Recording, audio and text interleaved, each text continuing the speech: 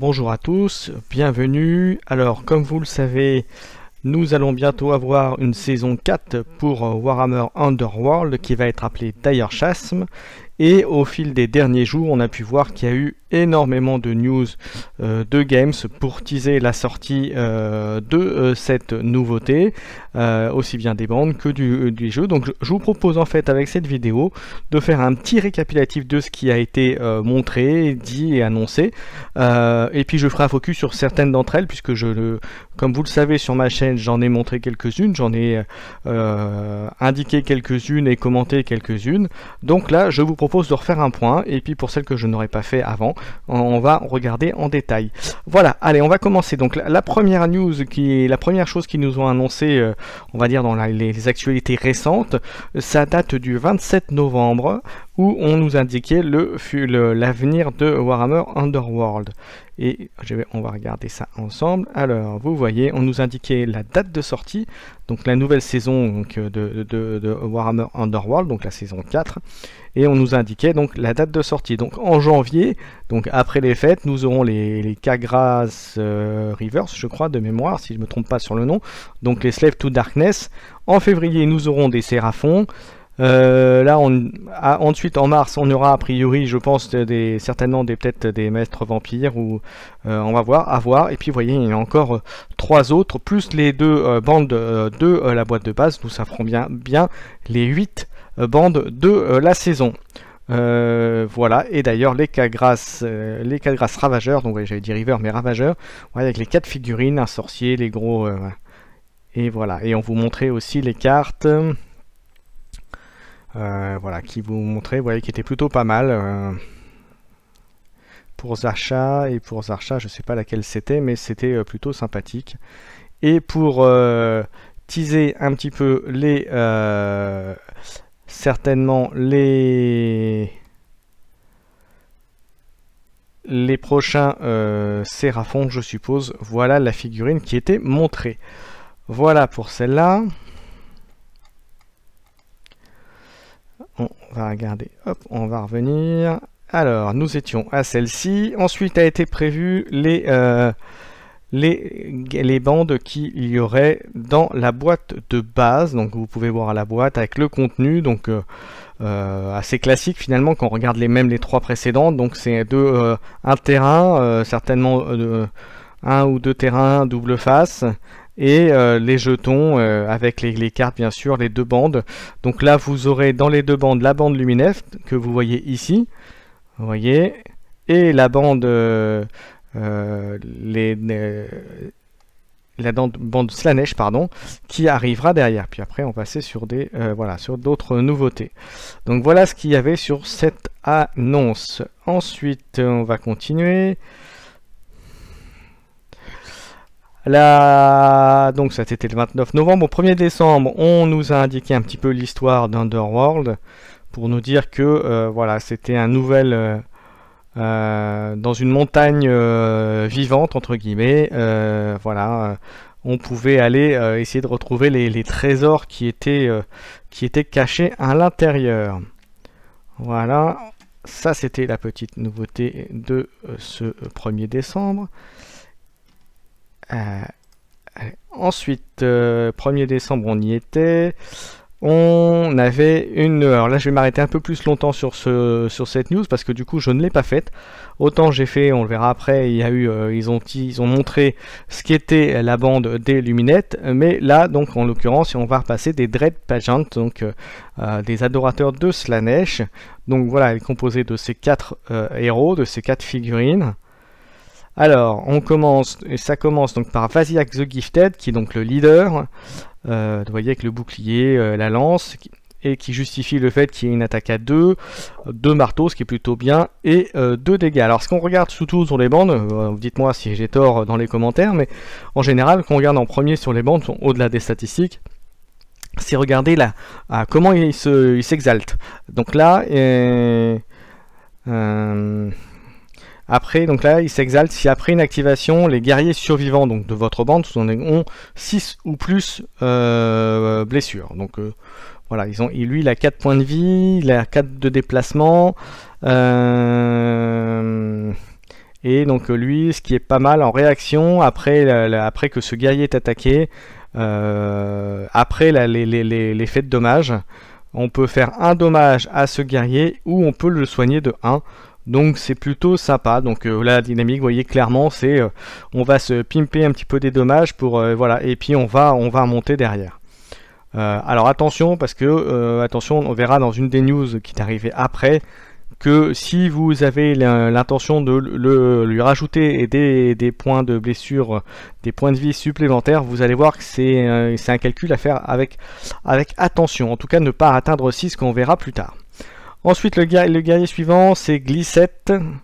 Voilà, un danseur tueur, une danseuse tueuse, qui a donc là, vous voyez, alors là par contre, vous voyez, elle a 2 en esquive tout de suite, de 4 points de vie, 4 points de déplacement, pardon, 2 points de vie, toujours les mêmes conditions. Alors là, vous voyez 2 points de vie, lui mettre 1 point de dégâts, faudra faire attention, voilà, ou alors la protéger. Et par contre, elle vous dit que ce personnage est en garde. Donc ça veut dire qu'effectivement, quand on l'attaque, elle est toujours en garde. Donc c'est plutôt sympathique. Mais 2 points de vie, attention, attention, une attaque qui passe, elle est morte en général, ça sera.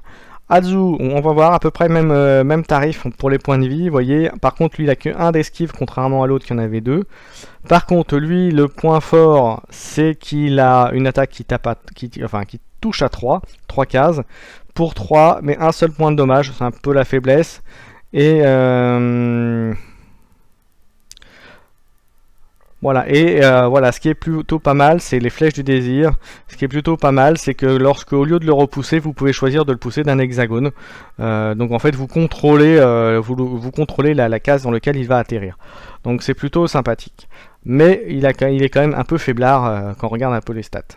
Alors après, bien sûr, ça c'est toutes les stats non exaltées encore une fois. Donc après, il faudra voir en exalté si ça justifie un peu plus de les monter. Donc vous voyez, 2 personnages à 2, il faut 6 points de dégâts. Donc ça veut dire qu'il faudra faire attention. Hein. Ensuite, le dernier, c'est le Slangor. C'est voilà, c'est un gros guerrier, vous voyez, avec la pince de crabe, l'épée, presque une épée à 2 mains en sabre. Voilà, Hunter Quarry, donc ça veut dire que c'est une proie, parce qu'il est considéré comme fort. Il a 3 pour une attaque à 1, donc au corps à corps, 3 épées, 2 dommages, 4 de déplacement, 1 bouclier, ce qui est plutôt bien, 5 points de vie, ce qui est plutôt bien aussi.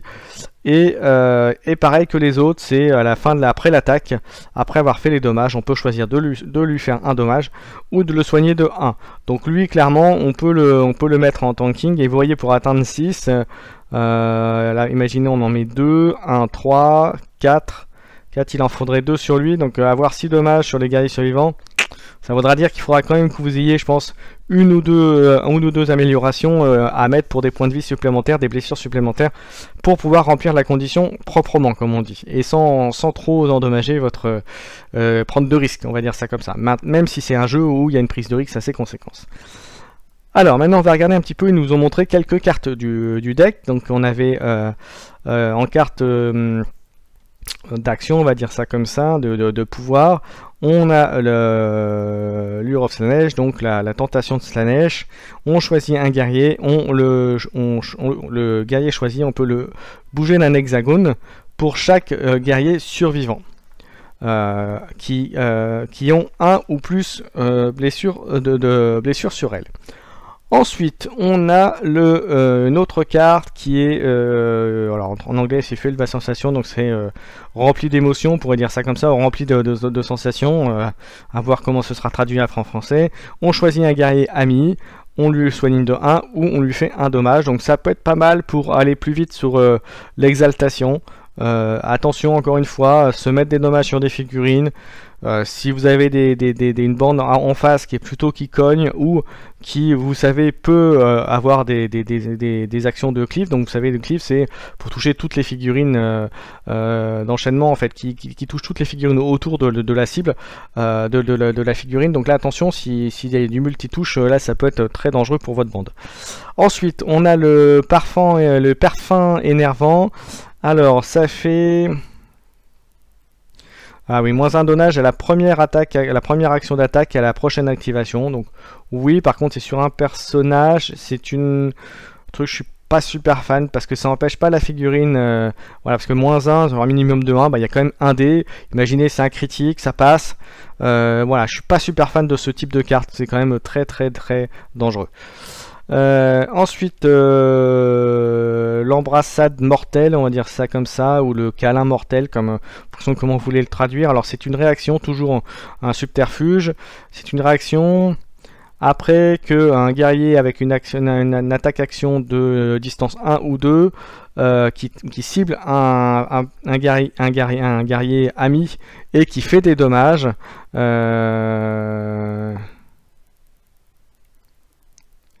Et que ces dommages le feraient être mis de côté, enfin d'être éliminé, on lance un dé de magie et sur un jet griffe, enfin, moi j'appelle ça comme ça, le guerrier ami peut faire une attaque sur la cible. Donc en gros avant de mourir il fait une attaque, une dernière attaque. Pareil, carte suivante, subterfuge également. Alors je l'aime bien cette carte là quand même parce qu'elle est, alors même si c'est conditionné un jet de dés, mais voilà, c'est quand même, ça peut faire très mal. Après c'est limité au truc de Slaneige, donc il faut vraiment que ce soit rentable et que vous ayez une chance quand même de tuer la figurine ennemie ou éventuellement de la repousser sur une case intéressante ou enfin en tout cas qu'il y ait un effet de jeu qui peut être utile pour vous. Dark Desire, désir noir. Alors on choisit un ennemi, un guerrier ennemi. Et ce guerrier, soit on lui rajoute un move token, donc on l'empêche de déplacer pour le tour, soit on le pousse d'un hexagone, donc c'est plutôt très sympa. Ensuite, Cruel Pangs, alors je sais pas comment on pourrait le traduire, voilà. Donc ça ferait qu'on choisit un guerrier qui tient un objectif et on lui fait un dommage. Donc ça peut être à double tranchant, ça peut aussi bien vous servir vous pour encore une fois mettre des points de dommage sur vos figurines de cette bande et permettre une exaltation plus rapide, ou ça peut aussi permettre d'achever un guerrier ennemi s'il était sur un objectif. Donc voilà, c'est à double tranchant, mais c'est bien, c'est une carte là pour le coup qui à mon avis vaut le coup. C'est toujours un truc en plus, c'est gratuit, c'est l'autre ne peut pas contrer la carte, donc c'est un one shot, voilà, c'est un finishing, une carte bien pour finir une figurine ennemie. Ensuite, toujours en subterfuge, donc qui est valable sur le gros avec la pince de crabe, là, donc sur lui. Donc c'est un garde du corps lié, on va dire ça, à quelqu'un. Après qu'un autre guerrier finisse son action de mouvement, si ce guerrier n'est pas adjacent donc à Slash, donc le gros, on peut pousser donc ces clash de 2 hexagones. Et après ce déplacement, il ne doit pas être à plus de 2 hexagones d'un ennemi, d'un ami From Freni, Vasilyak. Alors Vasilyak c'est qui? Ça doit être le leader si je me trompe pas. C'est ça, donc il doit se rapprocher du leader. Donc cette carte est pas mal. Maintenant, j'en serais pas fan, la raison est la suivante, c'est que ça nécessite, c'est une activation qui, comment dirais-je, nécessite les 2 figurines en vie. Donc comme c'est vos 2 figurines fortes, partez sur l'idée aussi que votre adversaire, votre partenaire de jeu, va essayer forcément d'éliminer l'une ou 2 des figurines. Donc si l'une des 2 des figurines, c'est une carte qui sera morte. Or, en subterfuge, comme vous le savez, on n'a pas des emplacements de dingue, on n'a pas une place énorme. Donc là, pour le coup, c'est prendre un risque que lorsque cette carte arrive, vous ne puissiez pas l'utiliser. Donc c'est pour ça que j'en suis pas fan. Voilà. Après, ça regarde que moi. Mais voilà, ça risque d'être une carte morte dans votre main. Donc moi, je ne la mettrai pas. Il y a énormément de subterfuges dans le jeu et il y en a certainement de plus intéressants par rapport à ça. Parce que là, d'autant plus que ça ne permet juste... Enfin, ça permet juste... Ça fait déplacer, mais voilà, c'est... Je suis pas ultra fan. Ensuite, là, on passe aux améliorations. Donc là, c'est sur Vasilyak, donc sur le leader, pardon.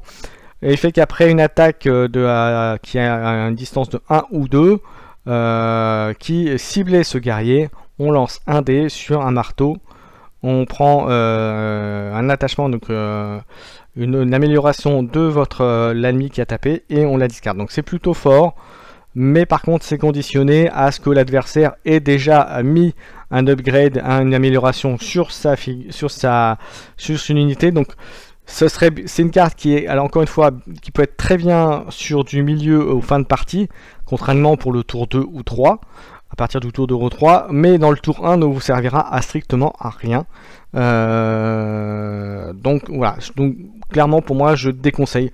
Ça ne fait qu'enlever une carte. Alors oui, ça peut être une super amélioration à enlever, mais c'est au détriment, je pense, d'autres choses. Voilà, mais après les améliorations, c'est peut-être là où il y a le plus de facilité à construire, parce que là on en a plein et on a vraiment des choix différents à prendre.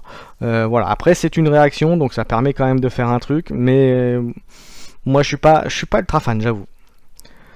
Après il faut voir dans la méta si effectivement il y en a beaucoup qui jouent sur les améliorations, si vous savez qu'il y a beaucoup de gens qui dans votre communauté qui jouent les cartes d'objectifs, qui font par exemple quand l'unité a, si vous avez 3 améliorations sur une unité, vous gagnez 1 ou 2 points de gloire.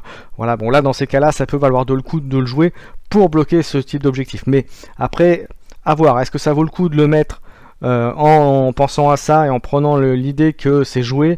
Voilà, ça c'est beaucoup. Après c'est sûr que ça peut être bien, encore une fois, à partir du 2e ou 3e tour, si vous ciblez quelqu'un qui aura des améliorations. Mais ce n'est pas le cas. Il y a quand même pas mal de parties où on se retrouve un peu le bec dans l'eau et on n'a pas pu poser ces améliorations, ou en tout cas pas, ou alors concrètement que Vassillac se retrouve, si vous le jouez, contre des unités qui n'auront pas d'amélioration. Donc dans ces cas-là, ça vous obligerait à aller aussi sur une figurine qui concrètement va être certainement un peu plus puissante parce qu'elle aura des améliorations. Donc attention à ça. C'est à double tranchant, parce que ça veut dire que vous allez au contact de cette figurine, ça veut dire aussi que la figurine soit vous a attaqué, soit va peut-être vous attaquer après si vous ratez votre coup. Donc attention, encore une fois c'est une carte à double tranchant, donc c'est encore une fois pour ça que moi comme ça encore une fois sur première impression, je ne la jouerai pas. Ensuite on continue les améliorations. Swift à désir, donc agile comme le désir. Alors ça donne plus un mouvement et plus de mouvements si le guerrier a plus un ou plusieurs rune counter. Alors ça par contre ça peut être sympa. C'est toujours bien d'avoir du mouvement en plus. À voir. Ensuite, la force dans la douleur. Alors ça donne plus un dommage pour les attaques de distance 1 ou 2. Et si le guerrier est de plus de voilà, et plus un dommage, un range de 2 action, et une range de 2 si le guerrier a plus ou plus de guerriers à des compteurs de blessures, pardon, je vais y arriver, sur sa fiche. Donc là en l'occurrence c'est clairement comment dirais-je, un équipement, une amélioration à mettre sur Vassillac, puisque vous voyez Vassillac il a une range de 2, donc là ça serait encore plus justifié. Et j'ai envie de vous dire, si vous arrivez en plus à lui mettre derrière une amélioration de dommages, et alors là si vous faites le café et vous passez à 3, autant dire que vous avez beaucoup de figurines là de la saison 3 et je pense une bonne partie de la saison 4 qui vont avoir du mal à tenir. On revient sur des stats un peu comme les Stormcast de la saison 1. Voilà, pour vous donner une petite idée. Ensuite on continue l'amélioration suivante, soporifique must, donc senteur soporifique, on pourrait dire ça comme ça, après je sais pas comment il pourrait le dire.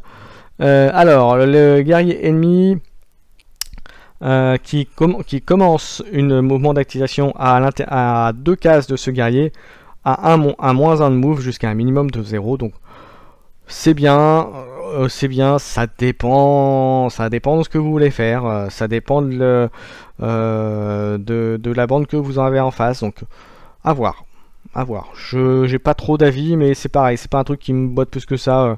Voilà, ça l'empêchera pas de jouer un truc, de faire une attaque, de jouer un subterfuge pour avancer quand même sur vous. Enfin voilà, c'est pas mal. À voir, comme on dit, à voir, à tester.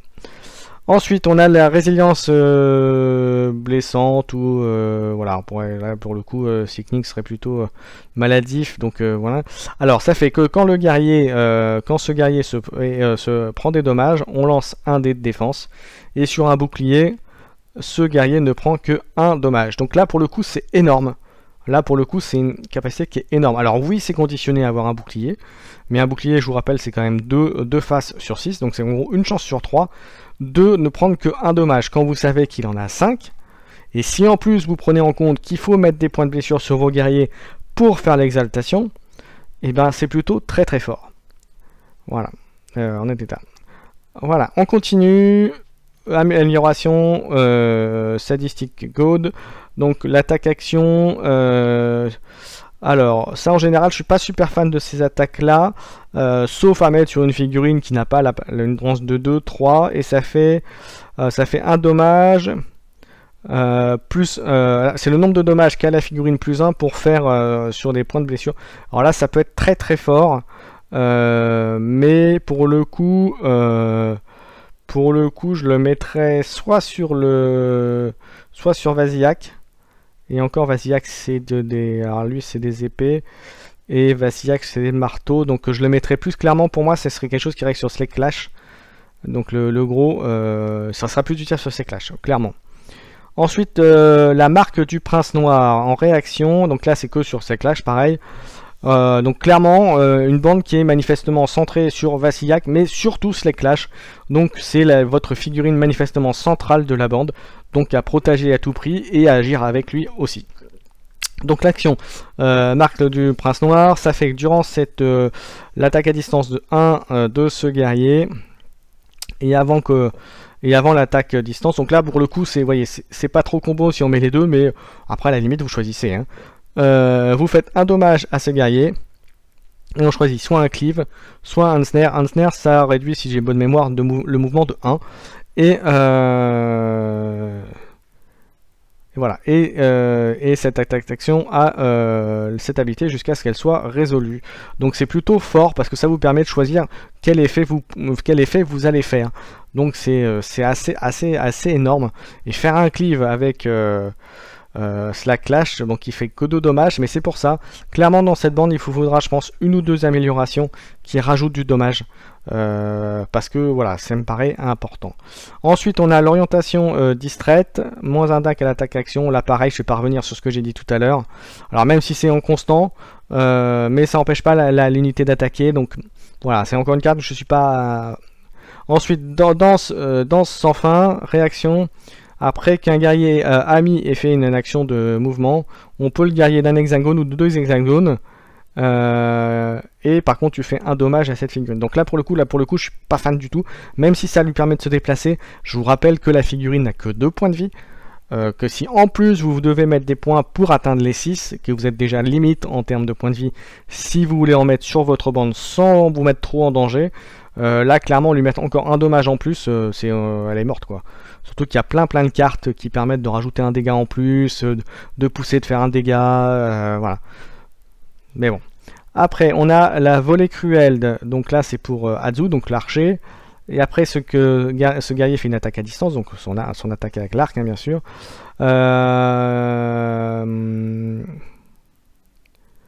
Et ben ça fait une deuxième attaque. En fait vous faites une attaque et après vous refaites une deuxième.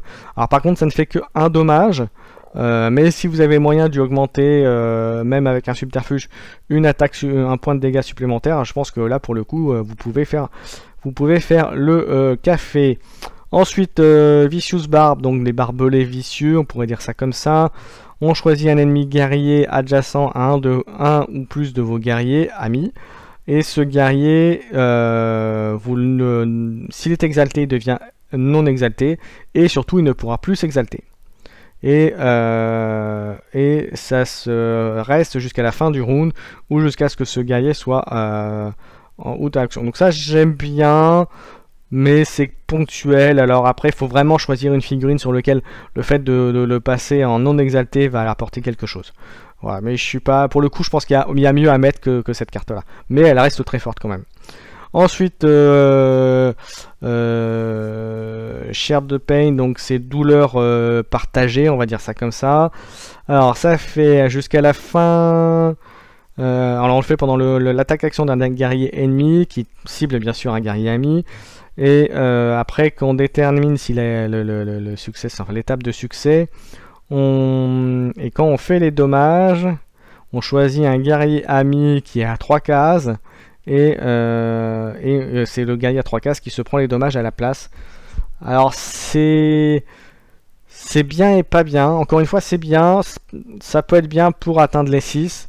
Maintenant, c'est conditionné à avoir les deux guerriers ou les deux, donc le Sheklash ou Vasiliak à côté pour pouvoir prendre les dommages.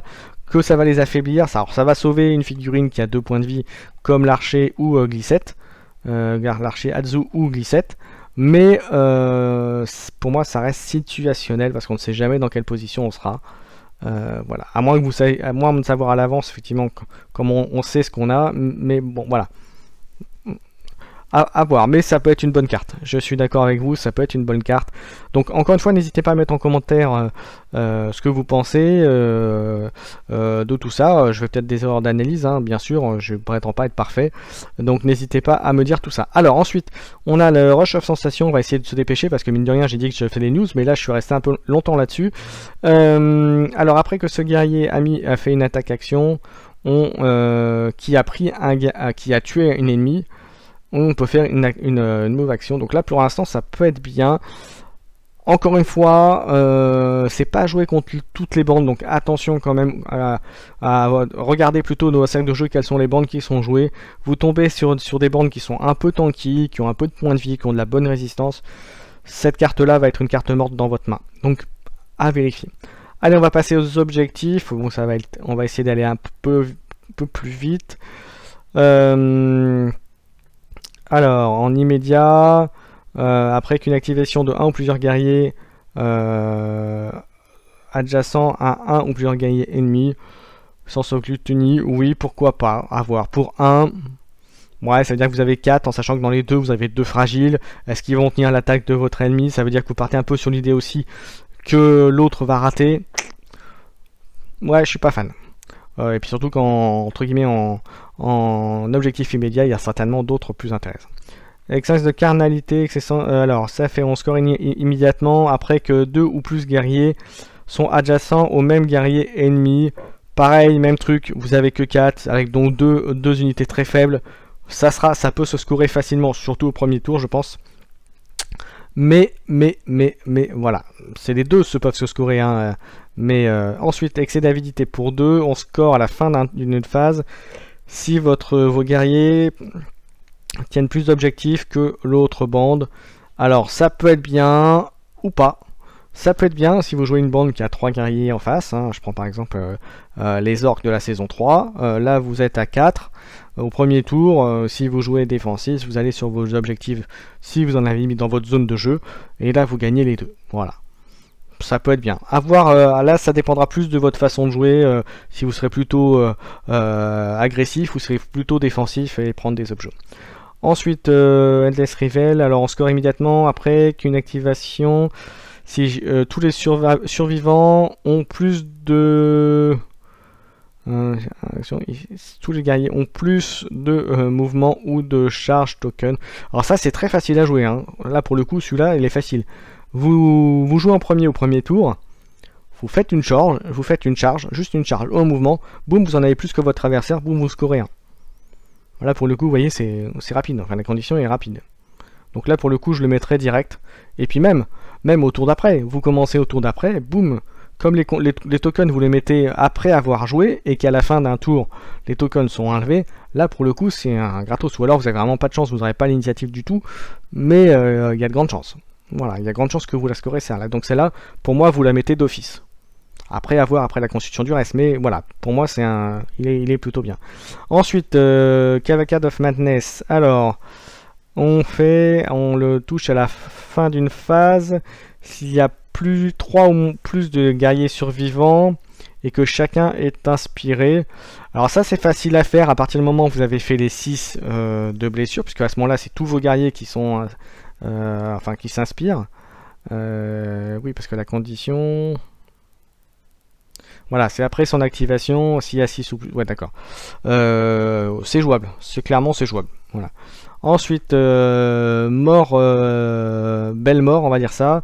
À la fin de la phase, si vous avez 3 ou plus guerriers survivants et que 3 ou plus guerriers sont d'autres actions. Alors, c'est fort, parce que c'est quand même, ça rapporte 6 points de gloire. Maintenant, dans les faits, je suis pas sûr que ça marche, que vous arriviez à faire là. Ou alors, tant mieux, ça veut dire que vous roulez sur votre adversaire. Mais si vous scorez ça, vous avez déjà mis 3 guerriers ennemis en face, ça veut dire que vous avez déjà quasiment gagné la game, donc enfin souvent, c'est signe que vous avez déjà gagné la game, donc là pour le coup, les 6 seront bien, mais seront inutiles, vous saurez déjà gagné. Vous ne ferez que scorer en plus finalement. Donc pour moi, c'est trop cher et les conditions sont trop, enfin pas difficiles, mais trop conditionnées pour pouvoir le mettre dans un deck objectif. Dans un jeu objectif. Ensuite, sadisme scintillant, on score à la fin d'une phase. Si les guerriers ennemis ont... Si chaque guerrier ennemi a un ou plus compteur de blessures, alors ça peut se scorer facilement. Tout dépend de la bande que vous avez en face. C'est pareil. Ensuite, Grizzly de tableau, on le score immédiatement après qu'il y ait une attaque d'un guerrier ami. Qui tenait un objectif. Ouais, bah ça peut se jouer en immédiat, ça peut se jouer. Ensuite, on a Godseeker, chercheur de dieu. On le fait à la fin d'une phase si tous les survivants amis sont en territoire ennemi. Bon, bah ça c'est pareil, ça peut se jouer assez facilement. Surtout en début de partie, en fin de partie aussi. Voilà, donc ça pour le coup, vous pouvez le mettre sans problème, je pense. Ensuite, on a un excès de Vainglory. Alors, en hybride, soit... alors, scores ici mis après, qu'une attaque-action et que là, l'attaque... et si vous avez tué un ennemi, facteur qui avait 2 ou plus upgrades, ou que le guerrier ennemi le guerrier ami avait 3 ou plus améliorations. Ouais, c'est quand même conditionné, c'est pas super combo avec la carte de Vassiliak, vous savez, qui permet d'enlever des trucs. Ouais, je suis pas super fan, voilà, pour un... Ensuite, excès de Paramounsi, alors c'est soit si votre leader tient un objectif en territoire ennemi, ou si un ennemi tient un objectif chez vous. Ouais, c'est pas fan en fait, ouais, pour un, ouais, il y a mieux je pense. Hein. Ensuite le dernier, on le score à la fin d'une phase si il n'y a pas d'ennemis guerriers qui ont un move ou chart token, et sinon si vous tenez 2 ou plus objectifs, là vous pouvez le mettre, vous pouvez tenter le mettre le dernier. Voilà, donc c'était cette news sur les voilà, comment ils s'appellent, les Dread Pigeons, donc de Slaanesh. Donc je m'excuse à l'avance, j'ai fait un focus là-dessus parce que j'en avais pas fait avant dessus, donc voilà, je me suis permis de le faire, donc on est resté un peu plus longtemps, on ira un peu plus vite sur la suite. Alors la suite justement, donc les Pageants on a vu, les Luminettes, bon, je vous l'ai fait déjà, j'ai fait une autre vidéo dessus, donc qui montrait les Luminettes, les stats, et là pour le coup on voyait un petit peu ce que c'était en exalté. Vous voyez, donc je reviens vite dessus, hein, je passe vite, bon, j'en ai déjà parlé, ça montrait les cartes, voilà, et je rappelle juste la condition d'exaltation des Luminettes qui était, parce que c'est bien à savoir, qui était quand ils font un jet d'attaque ou de défense et que ça contient plus de succès. Donc là c'est bien parce que l'exaltation peut se faire aussi en défense. Donc voilà, donc c'est plutôt sympathique. Et là on voyait que les points de vie n'étaient pas ultra forts, mais qu'en revanche quand vous regardez, le leader c'était 2 esquives, lui le banard c'était 2 boucliers d'office, et après c'était bouclier et esquive. Donc voilà, le point faible au départ en tout cas de cette bande c'était l'archer.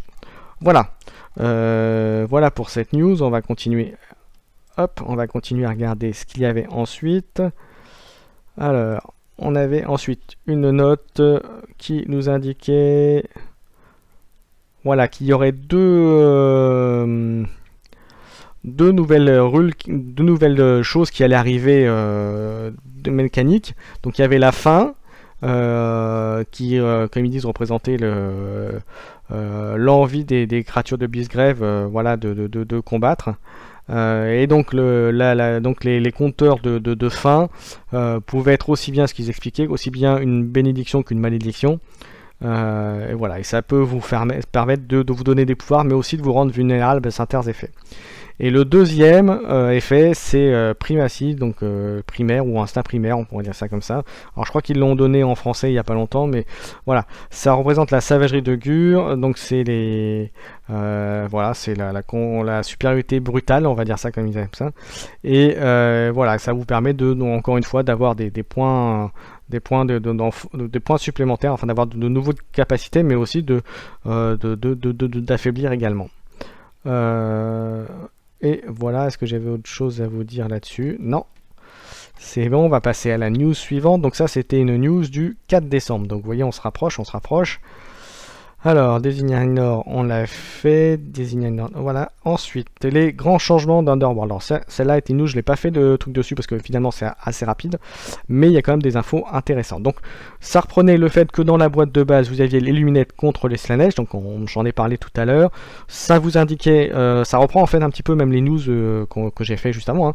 Ça vous indique aussi les bandes qui vont sortir, enfin en tout cas les premières bandes, et ça vous révèle quand ça arriverait. Donc, vous voyez que jusqu'à juin, on a de quoi faire.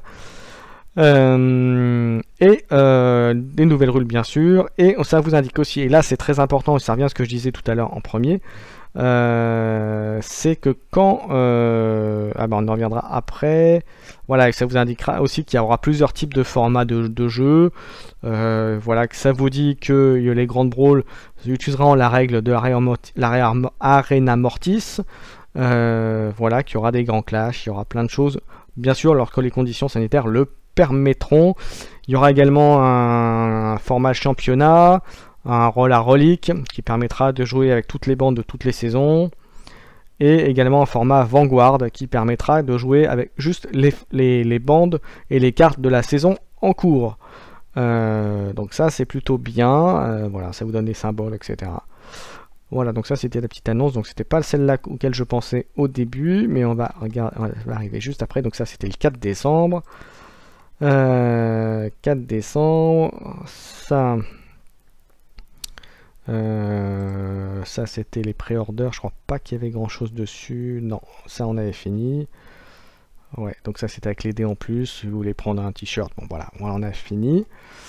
Et alors du coup il n'y avait pas la news que je voulais vous indiquer, alors je pense que ça va être dans celle-là, si c'est pas le cas je vais vous le dire. Alors, donc là, ça vous redit un petit peu ce qu'il vous faut pour jouer à Warhammer Underworld. Ça vous explique un peu le principe du jeu, avec quelques cartes aussi. Alors, il n'y avait pas la news que je voulais vous montrer. Alors, parce qu'il y avait une news qui vous indiquait en fait qu'il y avait un nouveau changement dans les règles de Warhammer Underworld, qui indiquait que si vous éliminiez une figurine qui avait 6 points de blessure en statistique, 6 ou plus points de blessure, au lieu de vous rapporter 1 point lorsque vous déséliminez une figurine ennemie, ça vous en rapporte 2, en fait, pour signifier que vous avez tapé une figurine qui était vraiment dangereuse, qui encaissait bien, etc., qui était en fait dure à tomber, et du coup vous gagnez 2 points de gloire au lieu de 1. Donc c'est quand même un changement intéressant, et donc on en revient à ce que je vous disais tout à l'heure, c'est que attention maintenant avec les améliorations de points de blessure, parce que du coup si vous rentrez dans cette règle là, vous allez donner une possibilité à votre adversaire de gagner plus de points de gloire. Et bien du coup je retrouve pas la news où c'était, donc c'est pas grave, ça devait être sur un autre point. Mais bon, voilà, bah écoutez, c'est tout, j'ai fait le tour des news Warhammer Underworld qu'il y a depuis le 27 novembre, c'est ça, jusqu'à aujourd'hui. J'espère que ça vous a plu, n'hésitez pas à commenter, à liker ma vidéo, à vous abonner si c'est pas le cas, et puis je vous donne rendez-vous pour plein de nouvelles news Warhammer Underworld, puisque comme vous le savez ça arrive, donc je ferai certainement des unboxings, des analyses. Alors bien sûr, comme vous le savez, je ne serai pas le seul à le faire, hein, il y aura d'autres chaînes qui le feront aussi. Mais j'espère que comme ça vous permettra d'avoir aussi des points de vue différents et des analyses différentes sur le jeu. Et puis moi je vous donne rendez-vous bientôt, et je pense qu'au moment où je mettrai cette vidéo là en ligne, ce sera peut-être passé ou ce sera le soir même, mais en tout cas sachez que sur la chaîne Entre Jeux Studio sur Twitch, et qui est ensuite en replay sur YouTube, on fera des parties de Warhammer Underworld Online, voilà, aussi bien sur ma chaîne Twitch Kikordius ou sur la chaîne Entre Jeux Studio comme je disais, et surtout on le fera en double, c'est-à-dire que il y aura un de mes amis qui sera un de mes collaborateurs youtubeurs ou twitchers qui sera sur la chaîne Entre Jeux Studio et moi sur la mienne ou vice versa, et on fera des parties où vous pourrez voir les deux mains et donc du coup voir un petit peu les stratégies de jeu, alors à notre niveau bien entendu, hein, on se prétend pas non plus des joueurs exceptionnels ni top player comme on dit, mais au moins ça vous permettra de voir un petit peu ce qu'il en est. Merci à tous de m'avoir suivi, je vous souhaite une bonne journée, jouez bien, préparez-vous à jouer et puis à venir dans les boutiques, n'hésitez pas à y aller, à faire vivre vos boutiques, puisque dans ces temps difficiles, beaucoup sont menacées, donc n'hésitez pas à les soutenir, et puis moi je vous donne rendez-vous bientôt. Ciao ciao tout le monde!